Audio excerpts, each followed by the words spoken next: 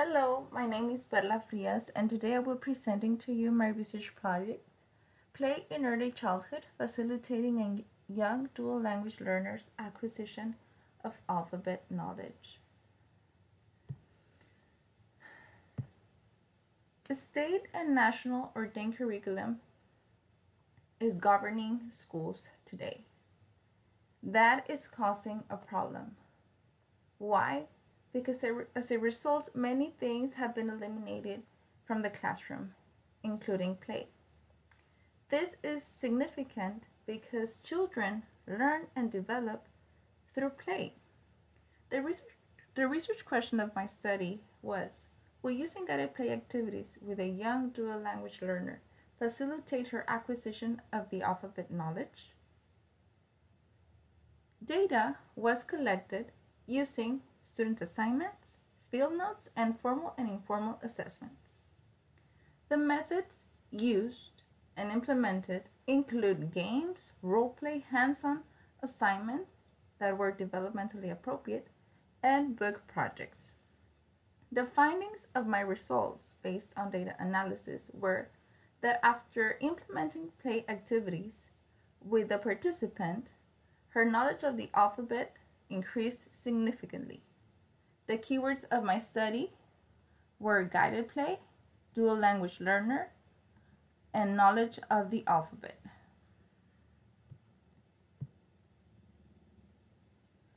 Now I will tell you a little bit about the literature review I conducted. I based my study on Piaget's and Vygotsky's theories of learning. Piaget believed that children constructed their own knowledge as they engaged in meaningful and hands-on activities, and Vygotsky believed that children learn as they interacted with others.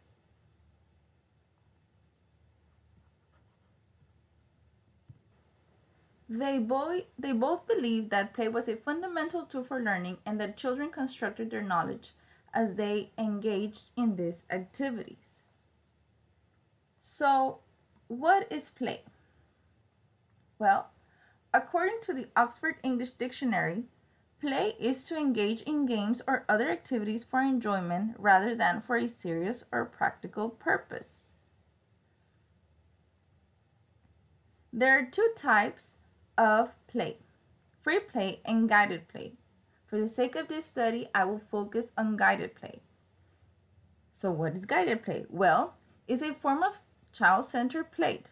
However, adults can structure these experiences and incorporate academic skills with the sole purpose of stimulating natural curiosity, exploration, and using learning-oriented materials. So why is play important, you might say? Well, play provides something that almost nothing does, and is a holistic education to the child. Children, through play, develop not just physically, but also cognitively, linguistically, emotionally, and socially. It has holistic contributions to child development. So what about play and the learning theories? Well, like I told you before, Piaget and Vygotsky were great advocates of play. Although they both had their differences, they both saw play as an essential tool for learning. And they emphasized the role of play in child development and believed learning could occur through play. But play can also help develop literacy because children develop receptive language before expressive language. Interactions are very important. Social dramatic play is an example of play that helps students develop their language skills.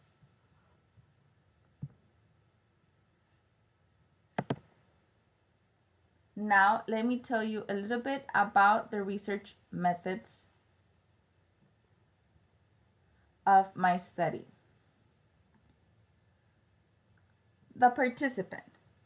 For this study, only one child was invited to participate. She is a girl. She is a female, a 3-year-old little girl who attends pre-K and is a bilingual student in Matamoros. Spanish is her first language. However, she is constantly exposed to English and it's in the process of learning both languages. The site of my study, it was her grandmother's house because that's where she spends most of her afternoons. And I conducted this study during 8 sessions that lasted between 90 and 120 minutes each. The materials that I used a pre and post assessment to find out the students, to establish a baseline so I could work with Lucy. That is the name I have given to my child. It's not her real name. And also post assessment to see how much she had improved.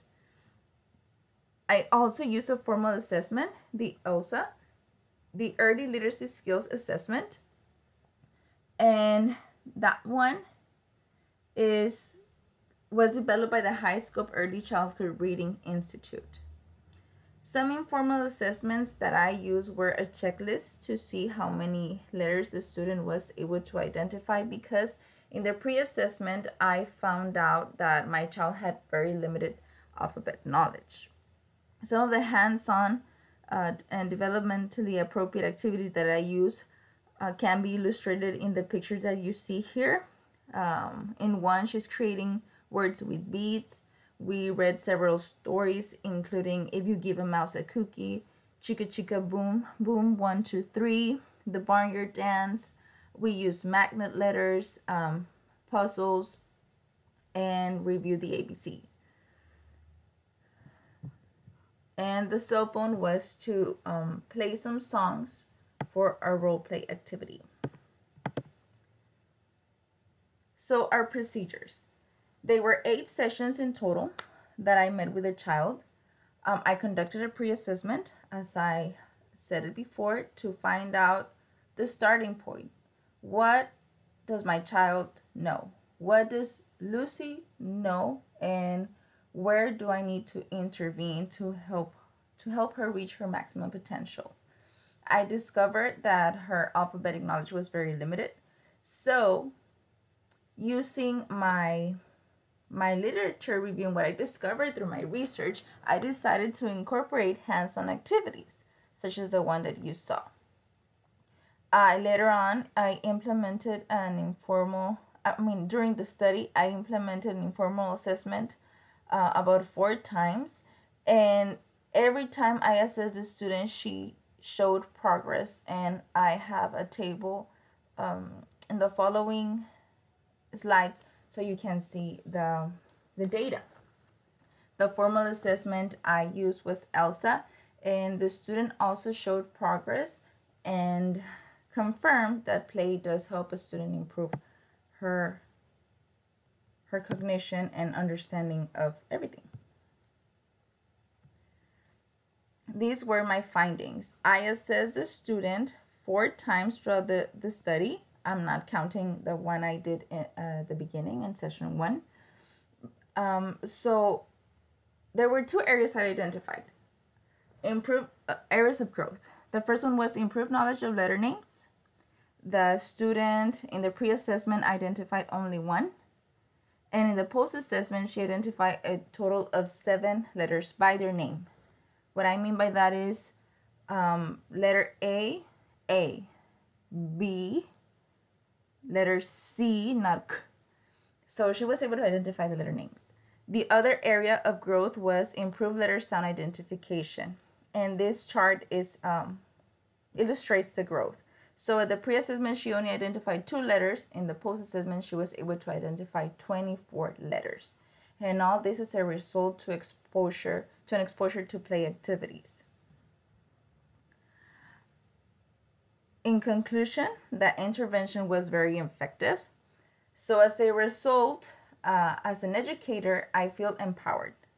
Now that I've been able to see the effects of play in a student's learning, I will use this to guide my instruction, and I will also recommend it to other teachers who feel a little bit insecure about play or who just don't know that the power that play has over students' learning.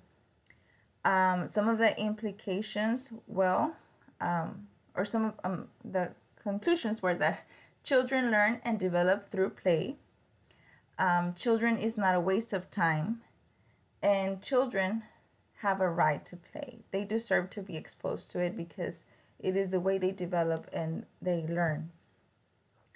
Now I will continue with the second part of this presentation, which is talking about some courses key concept.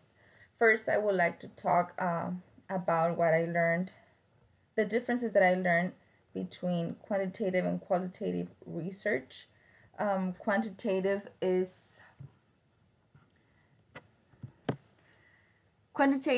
research is mostly numerical data.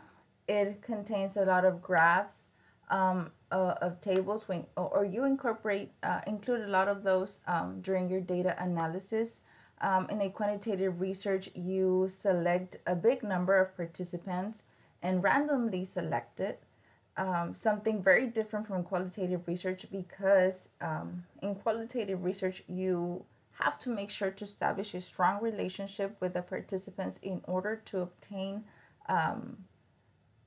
valid or the necessary information and data from them. In qualitative research, you analyze. It's very hands-on. You go into the site, you observe, you participate if possible, you interview, and data is analyzed very differently from the way quantitative research data is. I also learned about participant selection, that each study has its own method of selecting participants. Sometimes it will be very random, like in experimental research.